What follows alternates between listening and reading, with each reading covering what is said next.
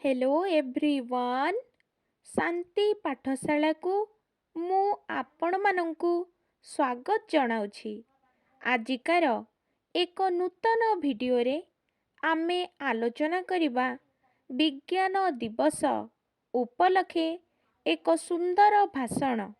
जदि एबे पर्यंत आपण चैनल टी को सब्सक्राइब करि नाहंती तेबे सर्वप्रथमे सब्सक्राइब करि नियंतु एवं पाखरे थिबा बेल आइकन टी को प्रेस करि दियंतु जहा द्वारा सर्वप्रथमे वीडियो गुड़िकर नोटिफिकेशन आपण पाई परिबे।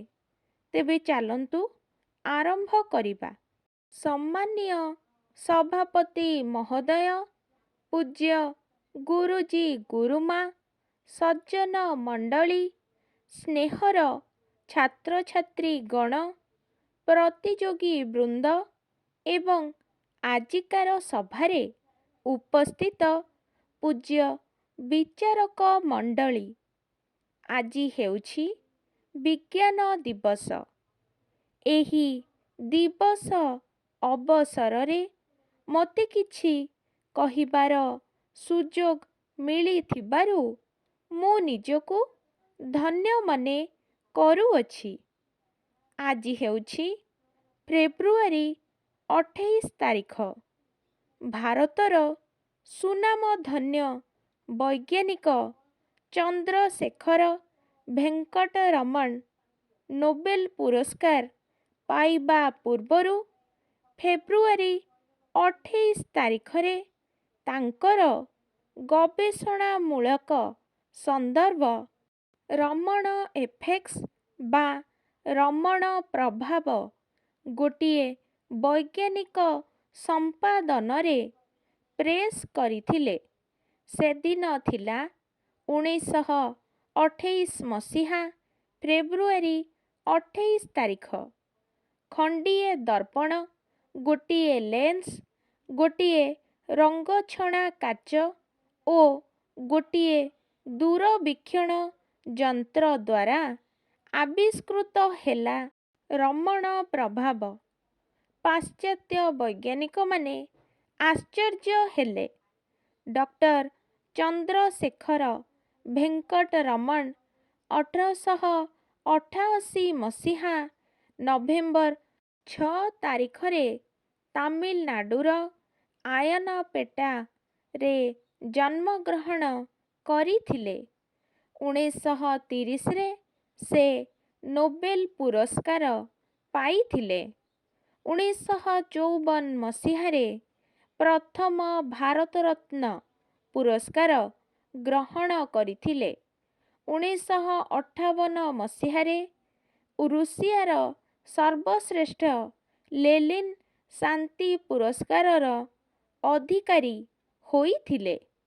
1970 मसीहा नवेम्बर 21 तारिख रे तांकर देहांत होइथिला।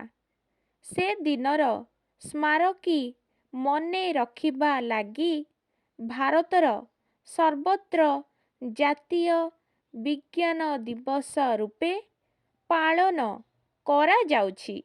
2005 रे आंतर्जातिक पदार्थ विज्ञान दिवस रूपे पालन कराजिबो बोली सिद्धांत निया जाइथिला। एही वर्षटी विश्व प्रसिद्ध वैज्ञानिक आल्बर्ट आइंस्टाइन को उद्देश्य रे उत्सर्गीकृत होइछि। आइंस्टाइन जेउ दिन विश्ववासींक उद्देश्य रे कहिथिले धर्म बिना विज्ञान अंध ओ विज्ञान बिना धर्म पंगु।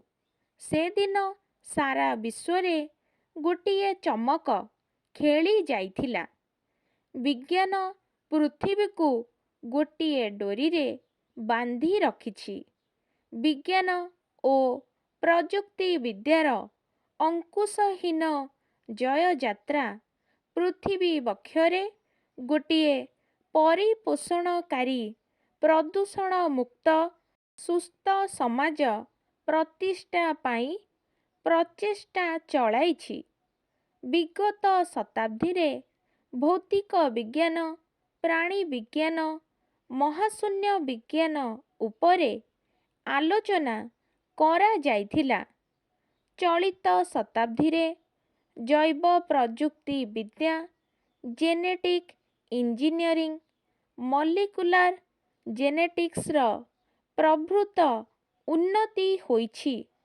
ଦୁଃଖର କଥା, ବୈଜ୍ଞାନିକ ଉପଲବ୍ଧିକୁ ଉପଜୀବ୍ୟ କରି ଅନେକ ବିପଥଗାମୀ ଶକ୍ତି ପୃଥିବୀରେ ଧ୍ୱଂସଲୀଳା ସଂରଚନା କରୁଛନ୍ତି।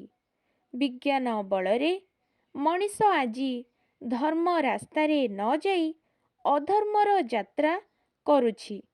ୟୁରାନିୟମରୁ ଅଣୁବୋମା ତିଆରି କରି ଜନସମାଜକୁ ଧ୍ୱଂସ କରିବାର ସ୍ୱପ୍ନ ଦେଖୁଛି। ଆନ୍ଥ୍ରାକ୍ସ ଜୀବାଣୁକୁ ପ୍ରୟୋଗ କରି ସାରା ବିଶ୍ୱକୁ ଜନଶୂନ୍ୟ କରିବାକୁ ଧମକ ଦେଉଛନ୍ତି। ଏହା ବିଜ୍ଞାନକୁ ଅପ୍ରିୟ କରିଦେଇଛି। ବିଶ୍ୱରେ ବିଜ୍ଞାନ ବଳରେ ସତ୍ୟ, ଧର୍ମ, ଶାନ୍ତି ଓ ପ୍ରେମର ପ୍ରତିଷ୍ଠା କରିବା, ମନୁଷ୍ୟର ମୂଲ୍ୟ ପ୍ରଦାନ କରିବା ଆଜି ଦିନର ଆହ୍ୱାନ। ବିଶ୍ୱ କଲ୍ୟାଣ ପାଇଁ, ବିଶ୍ୱବାସୀଙ୍କ କଲ୍ୟାଣ ବା ମଙ୍ଗଳ ପାଇଁ ବିଜ୍ଞାନ କାର୍ଯ୍ୟ କରୁ। ଏତିକି ଆଶା କରି ମୁଁ ମୋର ବକ୍ତବ୍ୟ ଶେଷ କରୁଛି। ଆଜିକାର ଭିଡ଼ିଓଟି ଆପଣଙ୍କୁ କିପରି ଲାଗିଛି କମେଣ୍ଟ ମାଧ୍ୟମରେ ନିଶ୍ଚୟ ଜଣାଇବେ ଏବଂ ଲାଇକ୍, ସେୟାର, ସବସ୍କ୍ରାଇବ୍ କରିବାକୁ ଜମାରୁ ଭୁଲିବେନି। ଧନ୍ୟବାଦ।